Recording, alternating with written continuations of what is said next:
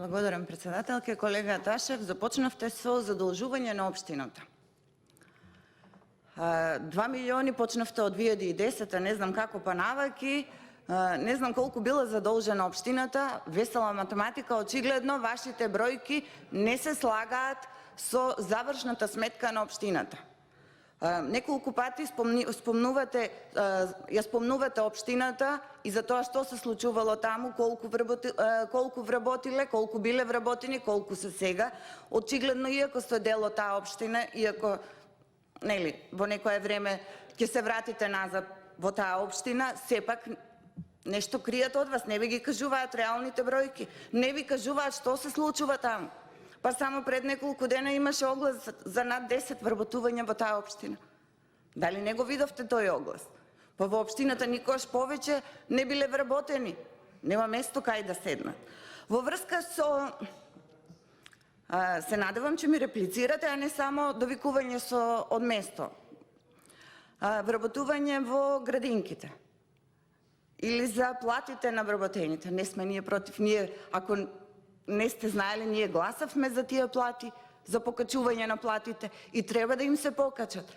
Тоа беше ваше предизборно ветување, дека платите како ќе растат. Меѓутоа беше и наше, не само ваше.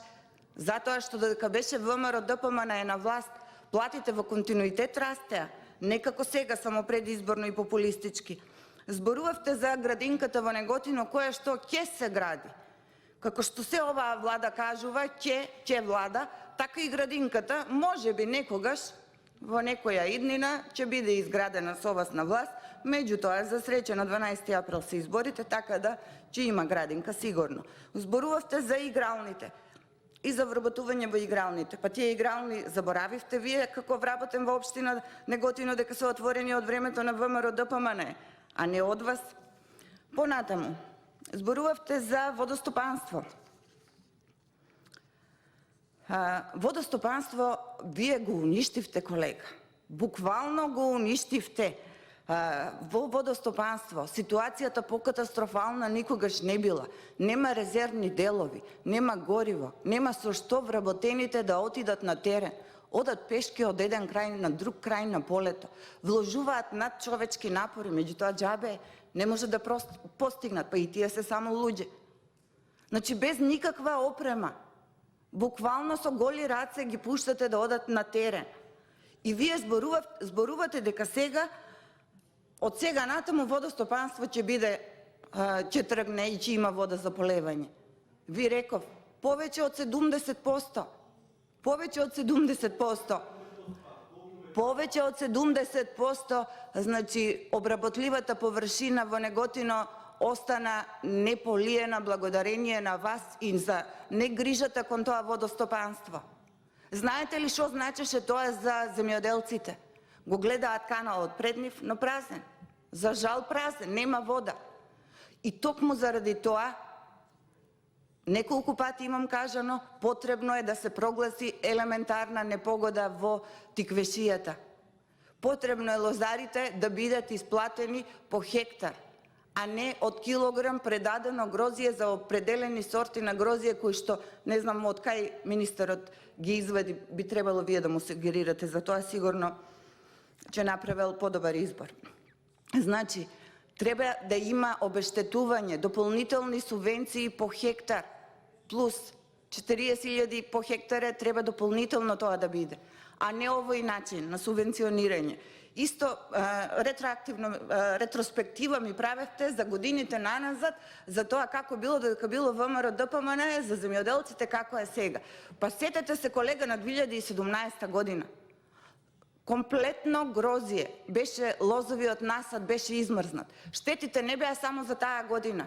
Сигурно и вашето лозие било едно од тие. Не беше само за таа година. За следните 2 години лозарите ги осетија тие штети. И вие исплаќавте по килограм предадено грозие. Кога 80 до 100%, посебно во Неготино, 100% беа измрзнати лозовите насади, вие исплаќавте по килограм предадено грозие. Навистина се грижите за земјоделците. Кога сме веќе за вашата грижа и самите неколку пати спомнавте колку вие сте агилни во врска со тоа, заедно со колегата од Кавадарци, вашиот нов коалиција или не знам како да го наречам. Меѓутоа, од кога еднаш ви имам речено, од кога вие со колегата почнавте да се залагате земјоделците, па никогаш земјоделците немале полоша година. Никогаш земјоделците не биле подевалвирани. Жално е ова што му го направивте. Значи, пониска цена за грозјето ните имало, нити ќе има. Рајскиот ризлинг се откупуваше по цена од 12 денари. Знаете што е тоа? Добро знаете. Кога претходните години беше 19. И сега 12 денари. И нема за тоа, нема дополнителни субвенции. Зборувавте за едниот денар што сте го исплатиле, па колку пати ќе ви кажам дека тој еден денар не ви е доисплатен, бе колега.